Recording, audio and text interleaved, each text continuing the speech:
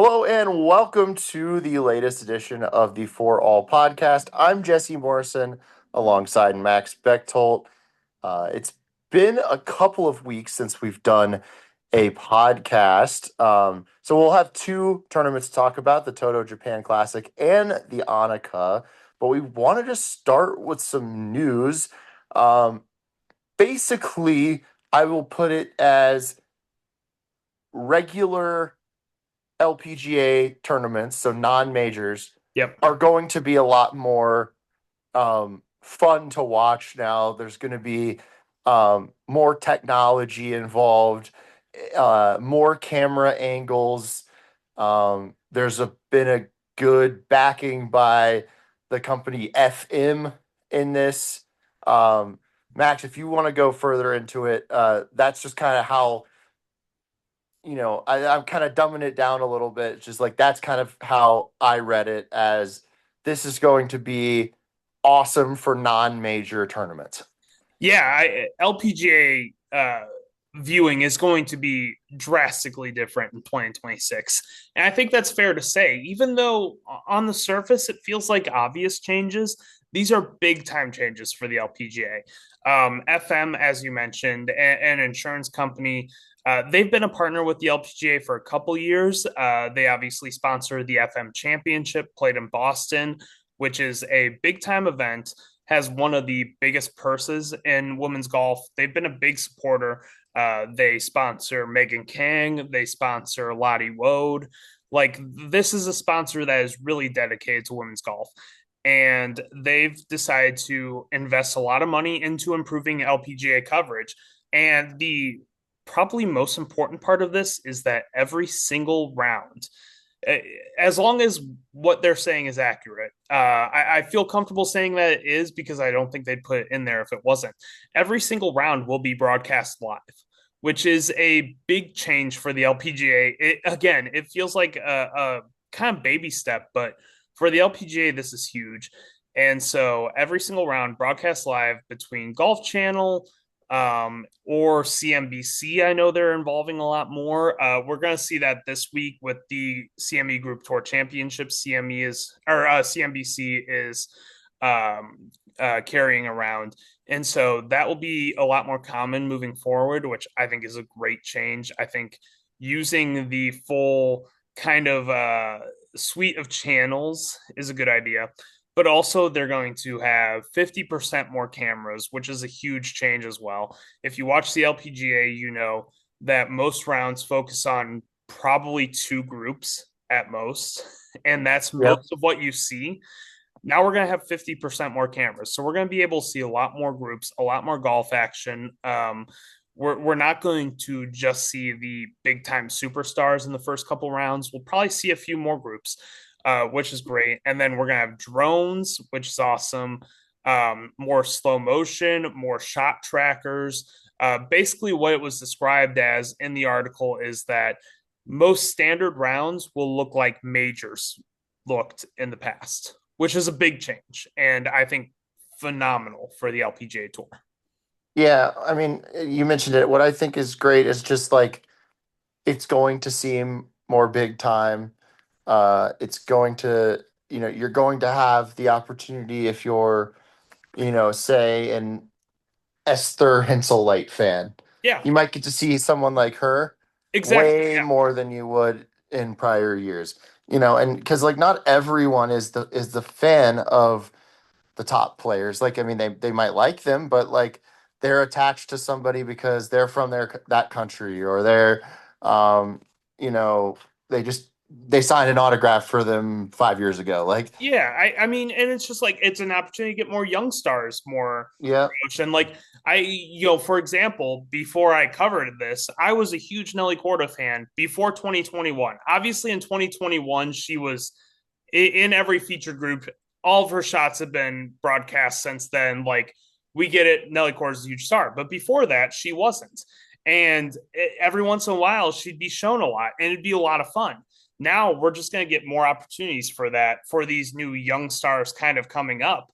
And like you mentioned, a player like Esther Henselite is a great example. A player who's kind of maybe a second tier LPGA star, but now has the opportunity to become a bigger star through more exposure and people seeing her play and seeing her skills. And I think that's a great thing for the LPGA Tour, a tour that has so much parity.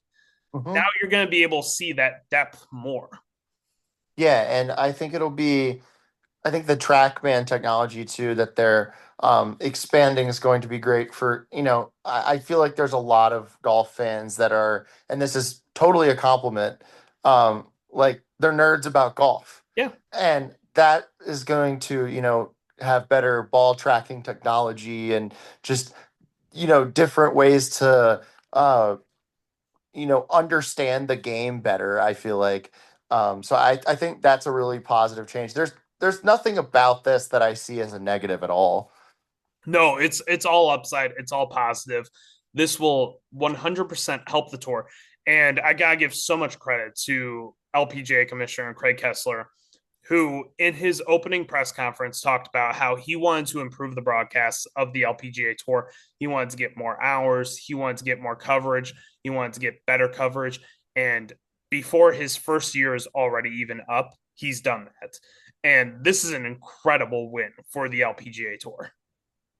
All right, let's move on to the couple of tournaments that we've had since the last time uh, we had a podcast.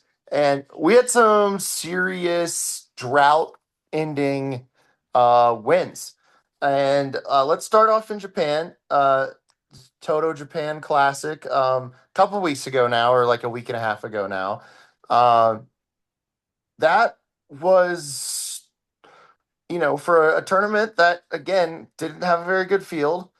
We talked about this, like it lacked a lot of star power, but yet again the LPGA delivered with a playoff and Nasa Hatoka winning for the first time on the LPGA Tour since 2022. Yeah, what a weird one. A bizarre tournament, obviously reduced to 54 holes, which is never a good thing, but it turned into a really interesting thing because there was a tie after 54 holes. And it's like, what do you do after that? Well, you have a one hole playoff, you shorten a par five, make it a par three, and you just have it be a kind of shootout between two players, one a really young Japanese player, Yuna Araki, and then one a very experienced. You could almost argue the kind of predecessor to this current Japanese invasion of the LPGA Tour, Nasa Hataoka, one of the most accomplished Japanese players of all time, 7 wins now, closing it out, getting the win. It's almost interesting because Nasa Hataoka was such a star in the late 2010s, early 2020s. And as Japan has really risen up in women's golf, she's kind of faded to the background a little bit. So it was great to see her get this win.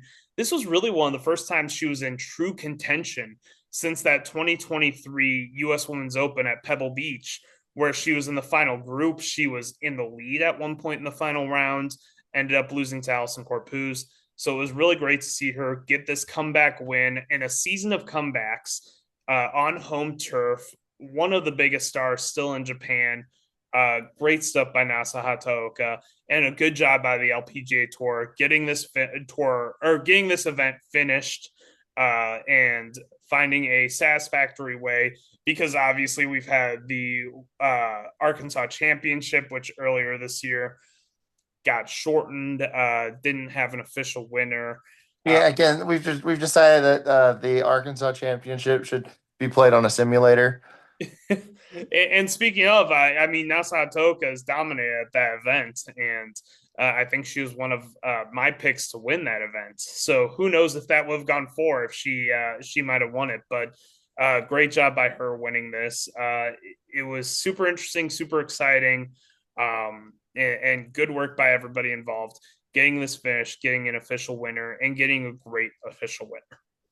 Yeah, and I think it's cool too that it was in Japan and the top 6 players that finished in this tournament all Japanese, and which we talked about. We said like almost definitely the winner of this will be from Japan because yeah, there are so many Japanese players. So many of the best players in this event were Japanese.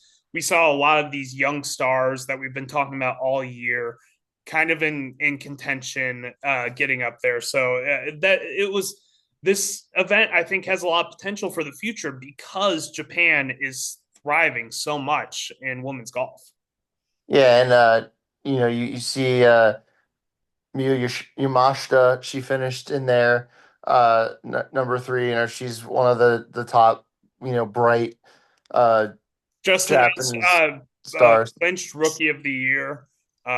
So she is the rookie of the year. Still has potential to be player of the year. Yamashita does. So Yeah. great to see that. All right, we'll move to the Annika now, and unfortunately, you were not able to go because of you know the whole government shutdown, Travel FAA issues. travel or whatever it's called. It's FAA, right? Yeah, I think so. There you go. Okay, all the travel issues. You were not able to go. You're not able to Had see Kate. canceled flights, had issues, had I got the opportunity to fly back home to Phoenix, and I looked at the board when I was in Madison, Wisconsin the week before, and almost every flight was delayed or canceled, and it was like, oh wow, okay, Yeah, so you weren't able to be there for the pro am with Caitlin Clark, and that looked really fun with it did. Sophie Cunningham and Lexi Hall there, caddying for Caitlin. That looked like a lot of fun. Um, obviously the kind of big story from this was the whole Kai Trump thing.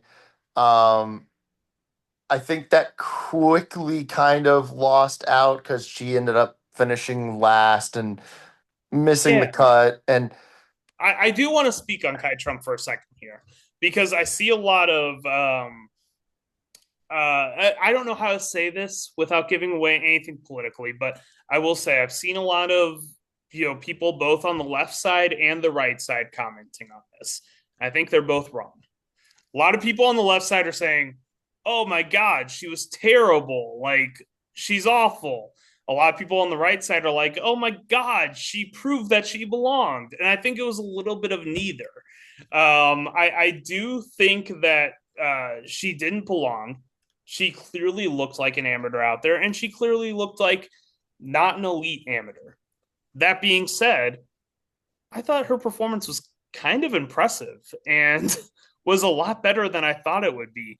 I mean, in the second round, she shot a 75. I mean, shooting a 75 on an LPGA setup is impressive. yeah, Like, I don't care what anybody says. Like, that was a really, really, fantastic round. She had a few birdies in there. Like, I thought she kind of looked the part, and I thought the potential is there. You talk about like 4 years of development. Go play at Miami. Go get good coaching. Like I think there's a future for her here. yeah. I mean, I couldn't shoot a 75 on an LPGA course. No, So, uh, props to her. She's had, again, she's had a lot of benefits to get to this point. absolutely, Like, absolutely. I firmly believe she didn't belong on that course, but when she got the opportunity, she performed pretty well. yeah.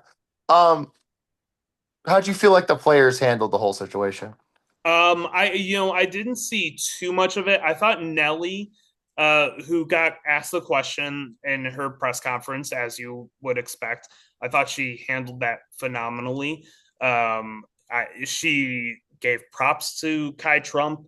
She, wished her well without coming off too complimentary. And I think that's a tough line to walk, but I think she kind of did it perfectly. And that's really the only player I saw really comment on her outside of Annika, of course. But I thought Nelly handled it really well when she got asked a question. I thought she played both sides pretty nicely. All right.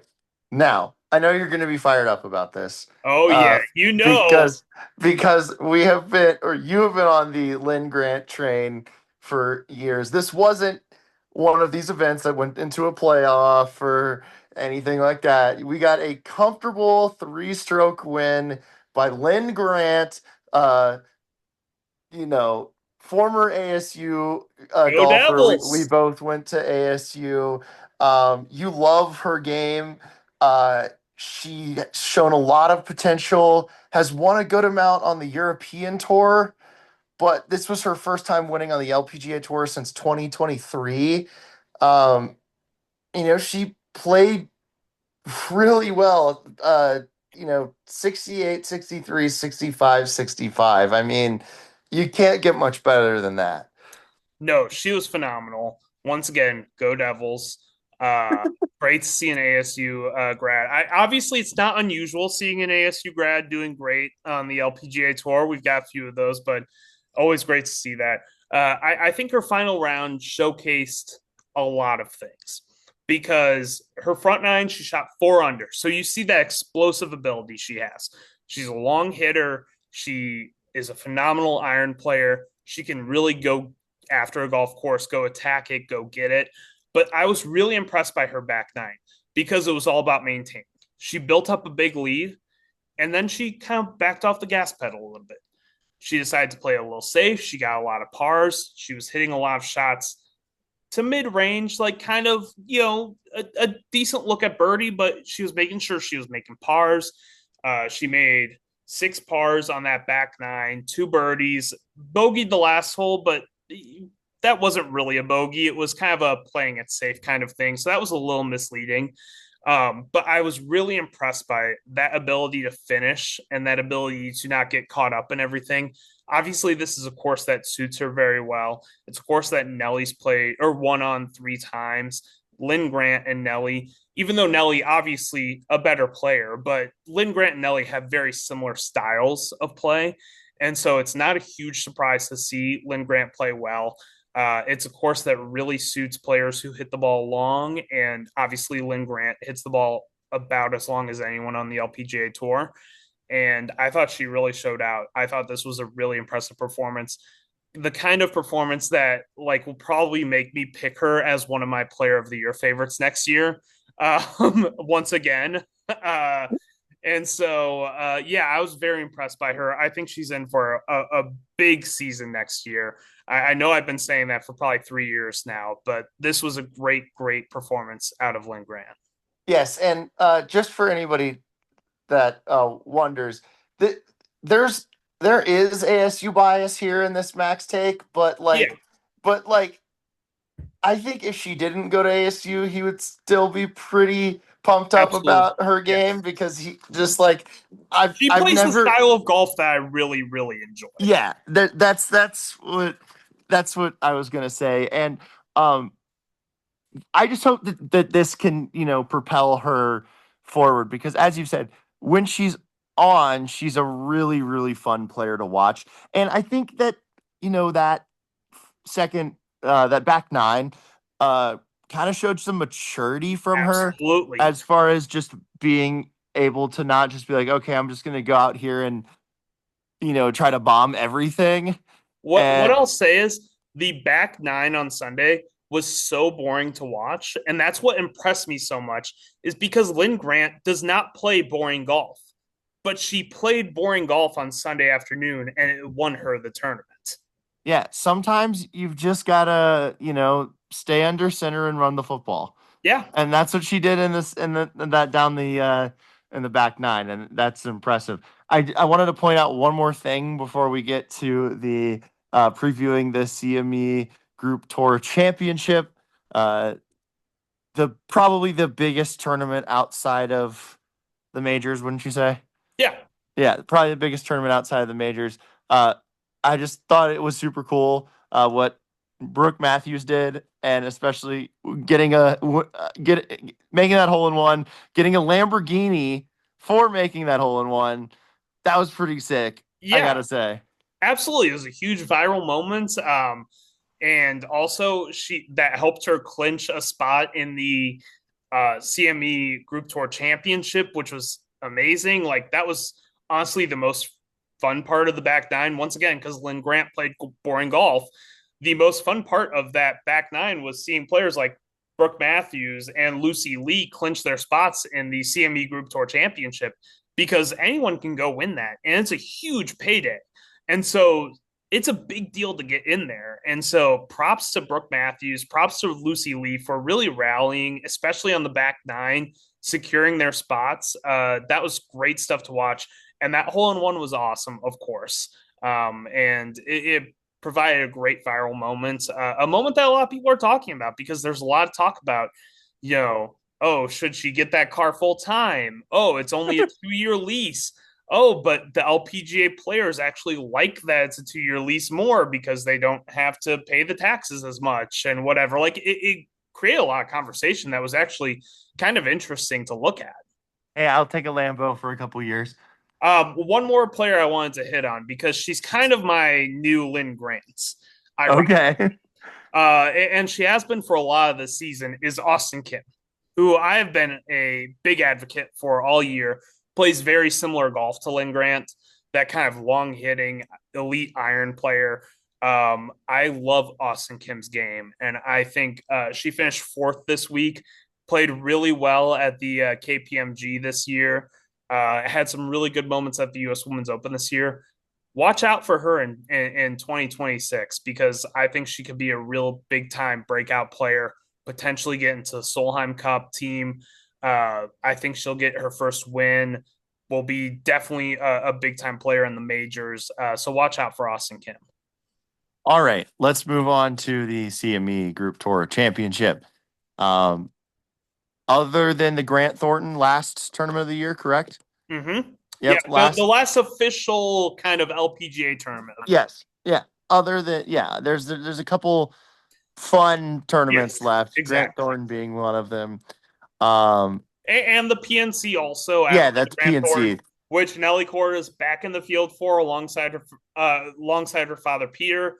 Annika Sorenstam is in it with her son Will, so there is some LPGA presence there too. But so yes, that'll be fun. This is the last official one. Yeah, that'll be fun. Massive purse for this one, and basically whoever wins this goes to the top of the CME Group Tour, or just the CME standings for the year. And then there's 60 players, so top 60 players are playing in this, and should be an incredible tournament. Gino Titakun won last year. What are you kind of looking for storyline wise coming into this one? Well, first of all, I think this is a really fun event. I was there last year. Unfortunately, will not be there this year. But I think this is a really fun event. I love the course. I love the location. I love the town of Naples. I thought it was a great place to be. So there's a lot of good vibes around this tournament, kind of. Obviously, outside of the huge payday and whoever wins it kind of takes it all. The biggest one, obviously, is it's Miyu Yamashita against Gino Titakun. Player of the year is still up for grabs, and that's worth a Hall of Fame point. That's like a huge thing for your legacy, winning player of the year. Yamashita has the opportunity to both win Rookie of the Year and Player of the Year. So that's a huge storyline going forward. Unfortunately for Miyu Yamashita, I think it's going to be kind of an uphill battle, because I think Gino Titakun's in a really good position to win this. Yeah, Gino has to suck badly to, and she won, and that's not going to happen. Yeah, and she won this event last year. Finishes in the top 3 essentially every single week. I think that it's going to be a really tough battle for Miyu. Obviously, like, you look at the groups. We've got 2 Japanese rookies in the final groups of this event, which these events are always kind of grouped out by their standings right now. So you got Rio and Miyu in the final 2 groups, which is incredible. So you see those Japanese rookies, great stuff. But yeah, I think the biggest thing to look out for is who's going to win that Player of the Year award. Because by this point last year, it was already, done. Nelly had already won. So this year it's still up for grabs, which is That's a fun storyline. I think also kind of a interesting storyline with this is like, I mean, unless you want to count the PNC or Grant Thornton as like a LPGA win, uh, this is the last chance for Nelly to get a win this year. Absolutely. Huge And opportunity there. huge opportunity. She plays good Florida golf. Yep. So I think that that's kind of what I'm going to be watching is because like this is the last chance for this to not be like a total kind of. I mean, and yeah, It's a she's band-aid. It's a band-aid. yeah, it would be a good band-aid for her at the end of a rough year after one of the best seasons we've ever seen. So I'm Exactly. It you can never look at the season as a success for Nelly, no, but it quiets a lot of the noise if she wins this week. and she would just get a bunch of money, Well, and that'd be fun for her. which according to Forbes, which put her on the most powerful woman in sports list a few weeks ago, she doesn't really need that money, but it would be really, really nice to have it. Yeah, I don't think I would, as a billionaire, I wouldn't need any more money, but 2 billion would be cool. Yeah. I'm Uh, not, I'm not a billionaire, just to let you know, but I'm just saying that if I was and I had a billion, maybe 2 billion would be cool as well. It's probably why Elon doesn't solve world hunger. Now, by the way, speaking of Nelly, really, really great week for her, not just with Caitlin Clark, the biggest star in women's basketball, but arguably the biggest star in men's basketball, LeBron James. I don't know if you saw this. LeBron shouted her out on Twitter one day, saying, "What a putt, Nelly." And then obviously as part of like a marketing campaign, like I'm not foolish, I'm not whatever, but Nelly's new golf shoe, her signature shoe, LeBron James received it from Nike and posted about it on Instagram, which LeBron, that's a huge deal for the LPGA. Like, yeah, I as mean, it cynical is. as it is to just look at it as a Nike marketing campaign, you still have one of the biggest, most famous people on earth tweet or Instagram posting about Nelly Corda's signature shoe. Like, that's Yeah, huge. I mean, LeBron is truly getting into his unk era with He is. his interest in golf Oh, here. absolutely. Not saying that golf is fine for young people. I mean, we're two relatively young people, even though we talk about how old we're getting all Yeah, the get time. less and less every. Yeah, getting less and less young. That's how that works, Max. Yeah, When you get a year older, you're less young. absolutely. But no, yeah, I mean that. Yeah, it's great to see LeBron and Nelly collaborating like that. I mean, big. Uh, I mean, like, yeah, sure. I mean, Nike. They both have the whole Nike thing going on, but like, uh, LeBron probably didn't have to do that. He could say no. So it's cool. It's cool to see that collab. All right, prediction time. Who do you have winning this tournament? Who do you see winning Player of the Year? All right. Really boring time. It's Gino. I mean, Both? yep, both. I have her winning both. She won this event last year, came from behind in a thriller to win it. I don't think it's that close this year. I think she wins by 2 or 3 strokes. She was my preseason player of the year pick. Now, it wasn't exactly a bold pick, so I'm not going to brag too much, but I do think she wins this week, clinches that player of the year. And I think this is viewed as the season of Gino, which will eventually put a lot of pressure on her next year because she still doesn't have that major. All So right. she's kind of developing into the superstar, one of the biggest players on the LPGA Tour. Still looking for that major, but for right now, I think she gets this win again. All right. I am going to go with Nelly. She gets that win. Mm-hmm. Gino gets Player of the Year though. Yeah, I don't think that she's going to suck. no, I if you are betting against Gino finishing in the top 3 of this event, you're foolish. Like just Yeah. straight up, like Yeah. she's going to finish in the top 3 here. I can almost guarantee it. Certainly top 5. Yeah, for sure. All right. Uh, I know you'll have tons of CME Group Tour Championship coverage up on the site. That's ForeAll.com, FORE-ALL.com. But what else should people be looking at? Yeah, right now up on the site, there's a lot of stuff. This is the time of year where the LPGA doesn't take a victory lap, but like definitely gets a lot of their big news out. And so stuff like the schedule release, stuff like the new media deals, there's articles up right now on that.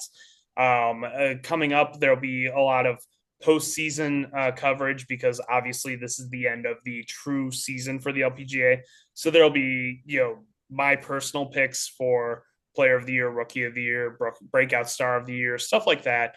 And also we'll be moving into some of our postseason coverage, which will include a lot about the players from the Epson Tour that are now going to be making the leap and being rookies on the LPGA Tour next year. So there's going to be all kinds of stuff like that. And on the newsletter this week, I wrote about the media stuff, gave some of my opinions on that. So follow the newsletter because there's a lot more opinion based stuff on there.